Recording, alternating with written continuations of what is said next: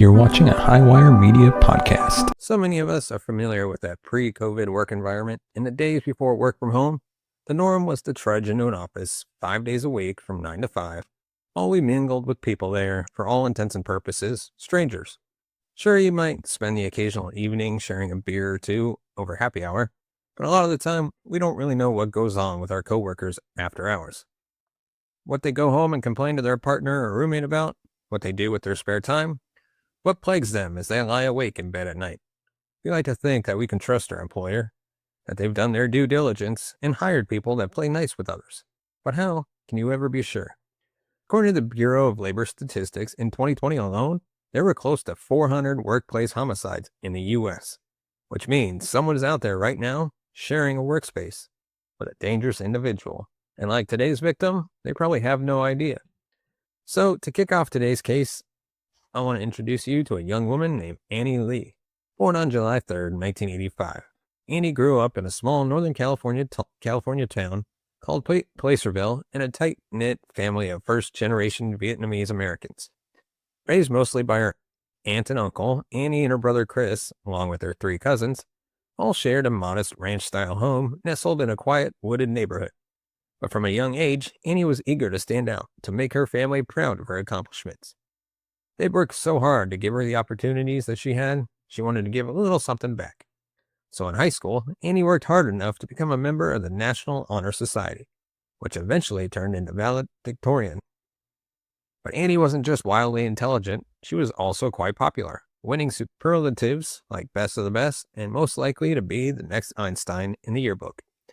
During her graduation speech, the 4'11", 90-pound Annie stood before her classmates with the confidence of a towering CEO. She wore her heart on her sleeve, laying out her hopes and dreams for the future. With a passion for cellular biology, Annie told her classmates that she was planning to become a laboratory pathologist and was prepared to spend the next decade getting her MD. Can you imagine? Like, the last thing I was thinking in school, I wasn't good at school, first of all, but the last thing I was thinking in high school was, what am I going to do? I'm going to be a freaking MD? Like, that's insane. I wouldn't even know that was a career choice. But that's what I'm talking about. We need people like that. The problem was, despite Annie's incredible academic record, she didn't have an easy time receiving the scholarships that she needed to make the future she wanted a reality. It's expensive. 102 applications later, Annie had cobbled together enough money to finally get herself into college. I don't even know how long it would take to fill out 102 applications for scholarships, to be honest. Her first choice was Princeton University because of its unprecedented science program. But when Annie sent through her application in the spring of 2003, she was met with a rejection letter. I also have to mention here, so she gets rejected from Princeton, right? And something funny, and I'm including this because I want you to get a picture of Annie's personality. After getting rejected, she goes and applies to a couple backup colleges, and then she also sends a picture of her butt to the dean of admissions at Princeton. This was just the kind of quirky side of Annie or I should say, kind of quirky, upbeat character Annie always was. According to a fellow student of hers, she was the kind of girl who would, quote, wear 5-inch heels while doing mouth surgeries, eat fried chicken and not gain a pound, and use smiley faces in her presentations and not lose respect because of it. You'd think that sending a picture of her butt would get her into the school. You know what I'm saying? It'd be the opposite. She should have done it before she submitted her application. I mean, if I'm going to say that, it probably was a picture that looked more like on Grease when they mooned them at the dance. More mooning than it was like a sexy picture, for sure. So Annie knew she had a bright future ahead of her wherever she ended up, which, at least for undergrad, became the University of Rochester, located in western New York State, right along Lake Ontario. So Annie packed her bags to say goodbye to California and traveled 2,600 miles east to New York State, prepared to brave the harsh East Coast winters while beginning her degree in cell development biology. What Annie maybe didn't expect to find at the University of Rochester was the love of her life. After forming a close friendship with fellow student Jonathan Wadowski, the two slowly fell madly in love with one another. But come 2007, Annie had finished her undergrad degree and was searching for the perfect school to continue her graduate studies. Jonathan had been accepted to Columbia in New York City to pursue a master's in applied physics and mathematics. But Annie had her sights set on a different program. She wanted to go to Yale in New Haven, Connecticut, where she could get her doctorate in pharmacology. The two knew the next several years wouldn't be easy on the relationship, but they also knew that they wanted to stay together. So they agreed to go their separate ways academically, but vowed to stay together by keeping in touch daily and visiting one another whenever their studies allowed, which wasn't that difficult. The trip between their two schools wouldn't be more than 2 hours one way. So in September 2007, Annie begrudgingly said her goodbyes to Jonathan and began her journey on the Ivy League campus. So founded back in 1701, Yale is somewhat of a time capsule in the town of New Haven, with around 260 historic buildings, gorgeous wrought iron gates, and tree-lined paths. The campus is a picturesque, if not distracting, place to study. Today, its enrollment count is about 14,000, which seems small, but it's Yale. But as former Yale president Richard Levin once said, the campus was, quote, large enough to be interesting, yet small enough to be friendly, which was why Annie Lee felt right at home, nestled comfortably in her new living quarters. And like many Yale students, Annie didn't venture far off campus too much. The neighborhoods surrounding Yale had their fair share of crime, drugs, gangs, the occasional shootings. Although there were many people in the New Haven area who came to the campus to find employment at the university, even today, Yale is New Haven's biggest employer. But, as might be the case with any college town, the locals had their issues with the constantly expanding campus and the wealth and privilege that these students brought to their middle-class town. Things like increased traffic, gentrification, drunken college kids, partying into the night, that kind of stuff. There was sort of an unspoken rift between the university and those that lived in New Haven full-time. One that Annie was seemingly aware of because campus safety was always an issue at the forefront of Annie Lee's mind. In fact, she had written an article for the student magazine offering tips on how to avoid becoming a victim of a dangerous crime. In the article, Annie acknowledged that on-campus thefts were on the rise, some of which included violent confrontations, and it was important to be aware of your surroundings. After including interviews with the Yale Police Department's chief of police, Annie concluded her article with one foreboding statement, and it's read, quote, New Haven is a city, and all cities have their perils. But with a little street smarts, one can avoid becoming another statistic. And unfortunately, Annie would soon learn it just wasn't that simple. Over the next year, Annie buckled down and focused on her studies, as well as maintaining her long-distance relationship with her boyfriend, Jonathan. In fact, during one visit in 2008, he got down on one knee and asked Annie if she would spend the rest of her life with him. And she was over the moon, eager to start planning their wedding immediately. The couple set a date and a location. Sunday, September 13th, 2009, in a gazebo overlooking a pond in New York. But Annie didn't let the wedding planning get in the way of her research projects. By her second year, she had already begun working on her dissertation topic, the effects certain proteins have on metabolic diseases such as diabetes or cancer, which meant that Annie spent a lot of her free time in Yale's state-of-the-art medical building at 10 Amistad Street, about a 20-minute walk just outside of campus. Most of her time in that lab was spent monitoring and testing the effects of different medicines on mice and rats. The way Annie saw it, it was all for a good cause. Her ultimate goal was to find new ways to cure any of these debilitating conditions. So come September 8th, 2009, Annie was less than a week away from walking down the aisle. With all the final details in place, Annie calmed her nerves by distracting herself with her research. That morning, the first chill of fall was already descending upon the campus. The leaves were preparing to change their colors. Annie was packing her books and hopping aboard the campus shuttle for her office at Sterling Hall, just a few blocks down from 10 Amistad. Annie put her books down on her desk and finished a bit of homework. Afterwards, she grabbed her magnetic ID card to go check on the status of her mice, like she'd done several times before. Annie left her purse, wallet, and cell phone in her office and locked the door. She planned to be back in less than an hour or two, and it was around 9 a.m. when video surveillance captured Annie entering the Amistad building, a building with one of the most intense security systems on Yale property. There were more than 70 different cameras focused on the complex. The only way to get in and around the inside of the building was by using one of those magnetic ID cards. This was mainly due to the neighborhood and the fact that the medical research building had been targeted before by animal rights activists looking to free the lab subjects. So after entering the building, Annie's ID card swiped into her Professor Bennett's lab. It's room G13. She put on her white lab coat, checked on the mice in their cages, and began writing up that day's observation report. But around 12:40 p.m., a fire alarm went off at the 10 Amistad building, and hundreds were forced to evacuate. waiting a safe distance outside for the all clear to go back in, and many presumed Annie was among them. But come 5 p.m., Annie's housemates, who'd been awaiting her return, were starting to wonder about her. Interesting. It wasn't unheard of for Annie to get caught up in the lab and spend several hours longer on her work than initially promised.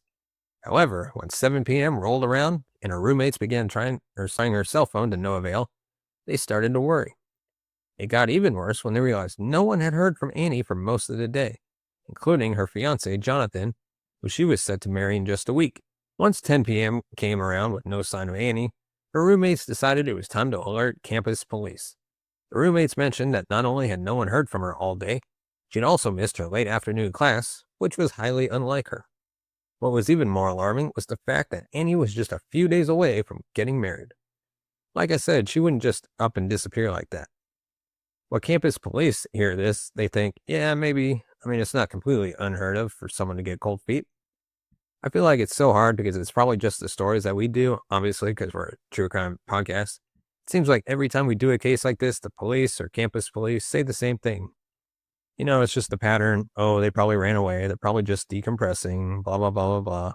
But I know there's plenty of opposite times where people report it and they go and help. It just, again, excuse me, you know what I'm saying? Well, I will say in this case, the theory falls to the wayside pretty quickly when the police check on Annie's office over at the Sterling building, because there they find that her cell phone, purse, and wallet are still there. Knowing that Annie was planning to head over to Amistad, they spent the night and into the following day closely examining footage from the outside of the building. So they're like, this was her kind of whereabouts, so we're going to look. Thank goodness there's cameras. Well, come the next day, news of Annie's disappearance was already catching on. While police were combing the footage on Wednesday, Annie's faculty advisor reported that she hadn't shown up for work at the lab that morning. Plus, she failed to notify the 8 other students in her group of her absence, which was the usual protocol. And when Annie missed more classes that afternoon, the whole campus kind of started to whisper. Had Annie run off with someone else? Was she kidnapped? Or was the truth even worse? Hours later that day, after the police had completed combing through footage of the exterior of Amistad, they discovered a grainy shot of Annie. She was entering the building in the same clothes that she left the house in that morning. She went missing carrying some sort of boxy-looking object. Problem was, they never found another image of Annie leaving the building. So was it possible the 4'11" brunette had been lost somewhere in the crowd during that fire drill and never made it back inside? Because if you remember, everyone exited the building at one point, and they couldn't find her exiting. But that was a lot of people leaving. For now, police found it important to zero in on Amistad, since as of now, it was the last place she was seen. So they searched through parking lots, sifted through trash cans and dumpsters, but nothing turned up. By 7:30 p.m. that evening, with still no sign from the 24-year-old Annie, campus police officially declared her a missing person. By Friday afternoon, September 11th, Annie should have been getting a manicure, preparing for her weekend wedding. Instead, the entire town of New Haven was on high alert, searching for the missing bride. A local news outlet offered $10,000 reward for any information pertaining to Annie's case. Jonathan had come up from New York to help assist in the search for his soon-to-be wife, and a full-on manhunt had begun in earnest. And it had to have been planned because what are the chances there's a fire alarm that goes off? There's enough commotion, so she goes, the cameras can't see her, there's that many. Obviously, it had to have been planned. He had to have targeted her, he or she, because there's no way with that many cameras you can get away with this so easily. By Saturday, campus police were joined by Connecticut State Police, combing every inch of 10 Amistad for signs of the missing Annie. Every door, locker, bathroom, and lab were scanned when one small detail caught an investigator's eye. A ceiling tile that looked askew, almost as if it had been tampered with. When one detective removed the file and reached into the space above, they found a white sock with what appeared to be bloodstains in a single rubber glove. After bagging and tagging the items as evidence, police uncovered even more disturbing signs that they might be honing in on Annie's fate, including a pair of work boots in the locker room that appeared to have bloodstains and were missing a shoelace. They also discovered a pair of scrubs with blood on the shirt pocket. In one room, they found what appeared to be aspirated bloodstains on a wall. And in Annie's lab, another sign of blood spatter that someone had tried to clean up. But here's the thing. This is a lab, right? and there's a lot of animal testing going on. So detectives have to ask themselves, is this blood they're finding even human? Well, that's what DNA testing is for. But unfortunately, that's a bit of a waiting game. So come Sunday, September 13th, Annie should have been slipping into her wedding dress and putting the final touches on her vows. Her family should have been preparing to walk her down the aisle as she and Jonathan danced the afternoon away. Instead, police were back in the halls of Amistad, this time with a canine unit, to search for any new clues about the missing bride's whereabouts. And unfortunately that day, they found the biggest clue of them all. At around 4:30 p.m., officers entered a locker room on the lower level of the facility and were met with a disturbing odor. Now, the seasoned detectives knew this just wasn't some old socks and gym shorts. They were definitely smelling a decomposing body. So one of the dogs followed the scent to a toilet and began barking towards the wall behind it. There was a panel about the size of a computer screen, which detectives removed to find an 8-inch space used to hide the piping. Only on that piping and insulation was a bunch of bloodstains. And how does this person know all these crevices and spaces?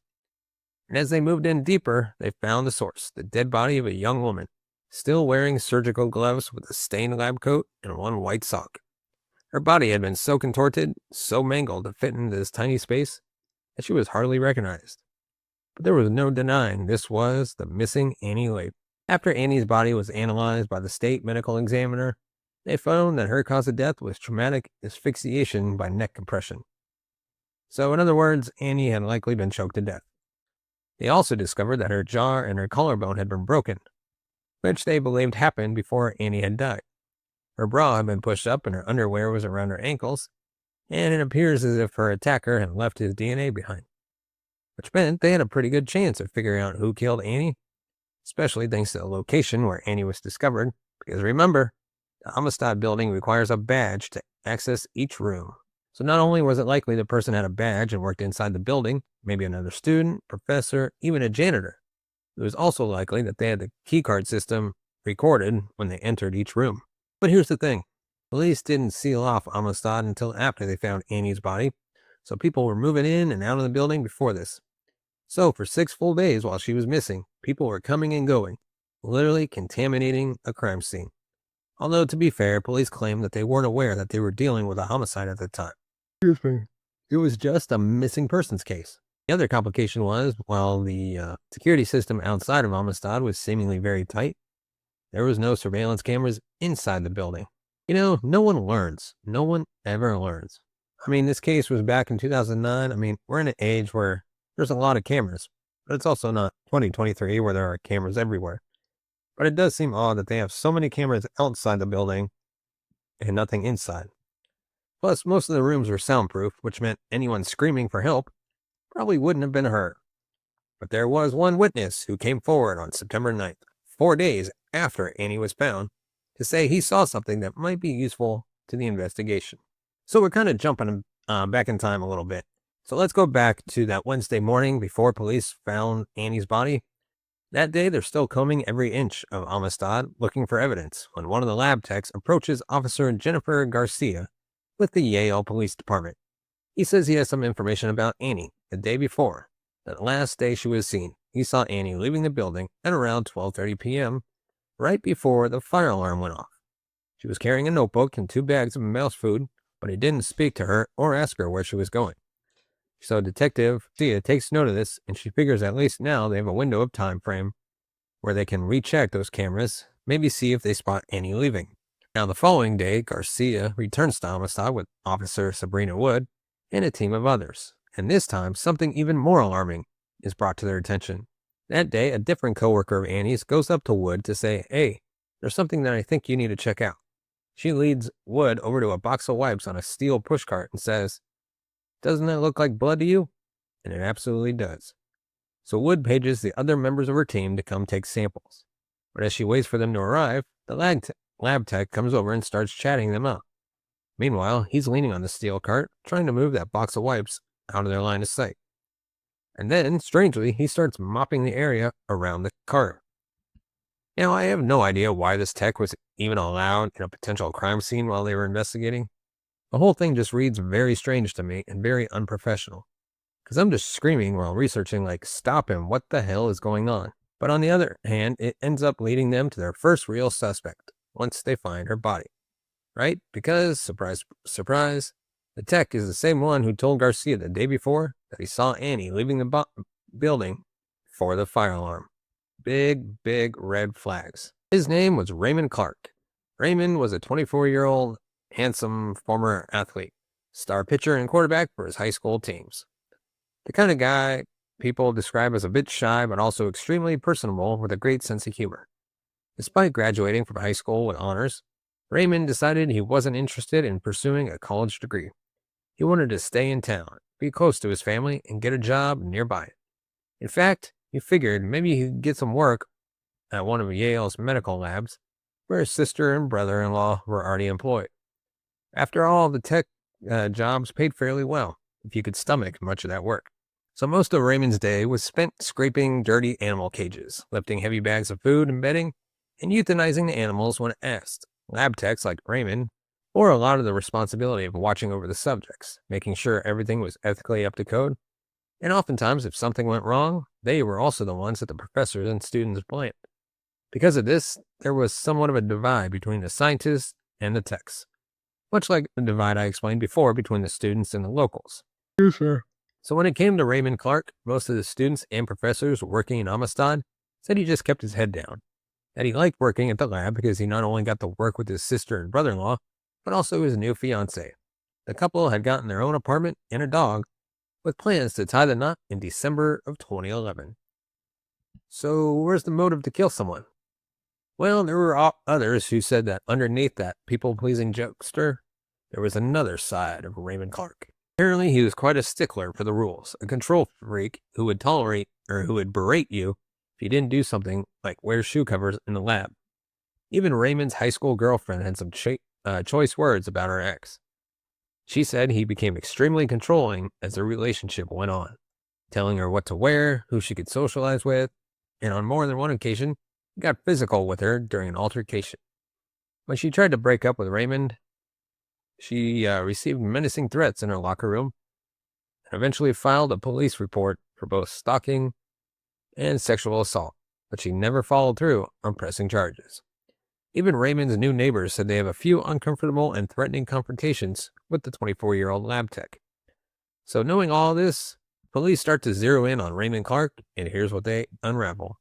On September 8th, the day Annie disappeared, Raymond's key card swiped into Professor Bennett's lab, room G13, at 5 different times. Now, if you remember this is the same room where Annie's key card swiped. Usually he only went in there once a day, but on this day, he goes in 5 times. He also swiped in several times after working hours, which was uncharacteristic of him, including a few times in the locker room where Annie's body was later found. But the last time Annie had used her key card was around 10:11 a.m. that morning. It was to enter G13, and after that, her key card was never used again. Raymond was brought in for questioning shortly after, trying to cover up the blood spatter in that room, right around September 10th, so a few days before more evidence in Annie's body were found. But things just got even worse for him when he sat across from the police. For starters, they realized he had these deep scratches all over his face, which he claimed, and we've heard this before, was actually from his cat. So Raymond Clark was not making things easy on himself. Then Saturday, September 12th rolled around, and police found those bloody work boots and blue hospital scrubs. When police analyzed the tape taken from the morning of the 8th, Raymond was pictured entering the building in scrubs just like them. And when he was seen leaving later, Raymond was in a completely different outfit. So it's all caught on camera, basically, and all the keycard information as well. It's also funny because if he didn't say anything to police the first time, I believe that they would have eventually solved it, but it would have been a lot harder. There might not have been as many details available, so it's kind of interesting that he tried to cover himself, and that's what ended up screwing him. Yeah, but it wasn't until after they found Annie's body on the 13th that police could finally get a warrant for his arrest. So you in the audience didn't really know that they kind of already had the suspect by the time they found her body, particularly after they confirmed the DNA found on Annie's body did in fact belong to Raymond Clark. So on September 17th, they moved in on Raymond, arresting him at a Super 8 motel. Knowing there was no turning back, he walked away peacefully in handcuffs. But even with Raymond behind bars, now officially charged with the murder, there were still so many lingering questions. Like what happened between the two of them that led to Annie's death, and what caused Raymond Clark to commit such a twisted crime. So let's go back once more to September 8th, 2009, the last day Annie was seen alive. That morning, she supposedly received a text message from Raymond asking her to come in early. He wanted to discuss how Annie kept her workspace, or more specifically, the cleanliness of her mice cages. Apparently, the two had discussions about it before, and some thought Raymond might have been at his wits' end with her. It's believed that once Annie entered G13, Raymond came in and confronted her about the issue. This would have been a little after 10 a.m. During that point, things must have escalated. Raymond likely got violent with Annie, maybe shoving her or knocking her unconscious, which would explain some of the blood spatter on the walls of that room. Trying to cover up the crime, whether intentional or accidental, Raymond likely placed Annie in a metal cart, much like the one he was trying to conceal around detectives. He then moved her body to a more discreet location, and in order to do so, he pulled the fire alarm to get everyone out of the building first. As people were filing out of the building, he seemingly moved Annie to the next room, where he might have realized that Annie was still conscious. That's when he began choking her, which can explain the aspirated blood police found on the wall of a different room. After that, Raymond went around the building with Annie covered in the pushcart, looking for the perfect place to hide her body. He eventually came to the locker room, and that's where he found the perfect spot to stuff the 4'11", 90-pound Annie into the wall. So after this, he found the time to file out of the building with the last stragglers in order to secure himself an alibi. So he hides the body and then immediately bolts out, trying to act like he also left. At least this is the theory that prosecutors laid out during Raymond Clark's trial. But there was still one outstanding detail.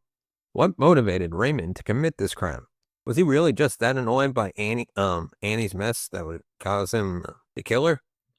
Well, according to a workplace violence prevention specialist named Hector Alvarez, workplace-related anger does have the potential to be the sole motivator here.